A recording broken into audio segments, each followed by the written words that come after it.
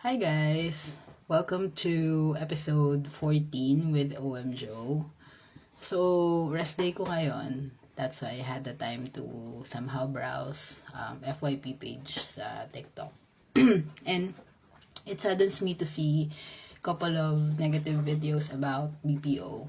So, I decided to create one based on my perspective and also based on what I have experienced. Right? So, eto yon. So, let's be real, right? BPO is really not easy. It's actually hard, right? Married customers, marami actually. Meron kang toxic na TL, may toxic ka na teammate, may metrics na nakaka-stress i-meet. And yes, those feelings are valid. Okay? Pero, no na wala namang madaling trabaho, guys. 'Di ba? Kahit nurse ka, teacher ka, sa office ka nag-work, lahat yan may hirap. Right?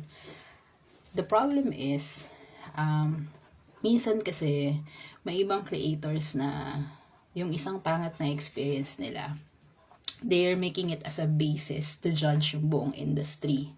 Which, I think, hindi fair. Like, may nakita ako, wag ka mag-BPO, like slave work yan, BPO is for the weak, right? Guys, know na hindi siya fair just because BPO is huge eh. It's a huge industry. Iba-iba yung accounts dito. Iba-iba yung culture, iba-iba yung leadership, right? Iba-iba din yung experience. Just know that on the other side, kung may bad experience ka, there's also companies or accounts na hindi toxic, hindi lahat horror story, right? So, I think you have to also realize, lalo na dun sa mga wala pang experience or hindi pa na-experience tong BPO na, know that for many Filipinos, BPO changed their life. Meron dyan nakapagpatayo ng bahay, meron dyan nakapagpaaral ng kapatid, nakaipon, right? Marami dyan TL na very supportive. Yung teams nila parang second family na nila. May accounts dyan na, alam mo yun, healthy talaga yung environment. And know guys na both realities exist eh. Right? So, kung mahirap para sa iba, hindi ibig sabihin na mahirap din para sa'yo. Right? Kung na-trauma sila, doesn't mean na mangyayari din sa'yo. Everyone's journey is different. Right? And you deserve to explore them on your own. And yes, alam mo yun, if someone had a bad experience, valid talaga yun guys. Kasi nga again, both realities exist eh. Pero sana, wag nyo ding idamay yung iba. Right? Baka yung trabahong tinatawag mong slave work, siya yung makakapagbigay ng stability at opportunity sa pamilya ng iba.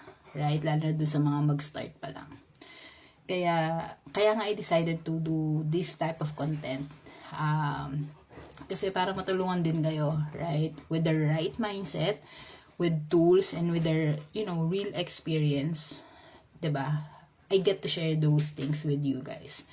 Pero syempre, just like what I've always mentioned in my previous videos, syempre dapat willing din kayo to do the work. Right? Kasi walang mangyayari kung puro mindset lang. It should be mindset plus action. Okay?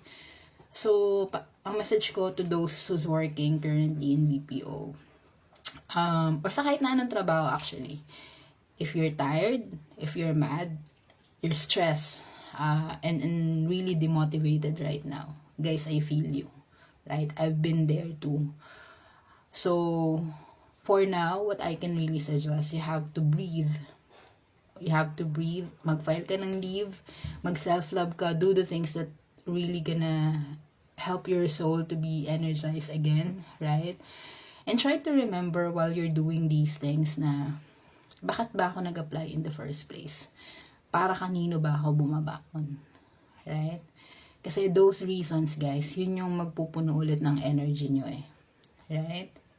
So, to wrap things up, whatever challenges you're facing right now, know na hindi yan forever. Okay? And believe me, every tough moments na masosurvive mo, it will make you stronger, wiser, and of course, more capable on handling things. So, hanging there, Don't let negativity steal your progress. Okay? So, yun lang muna. If you want more honest, human and experience-based tips about BPO, EA, and VA industry, follow me. And like yun na din to. And if you have anything you wanted to share, put it sa comment section. Okay? Thank you.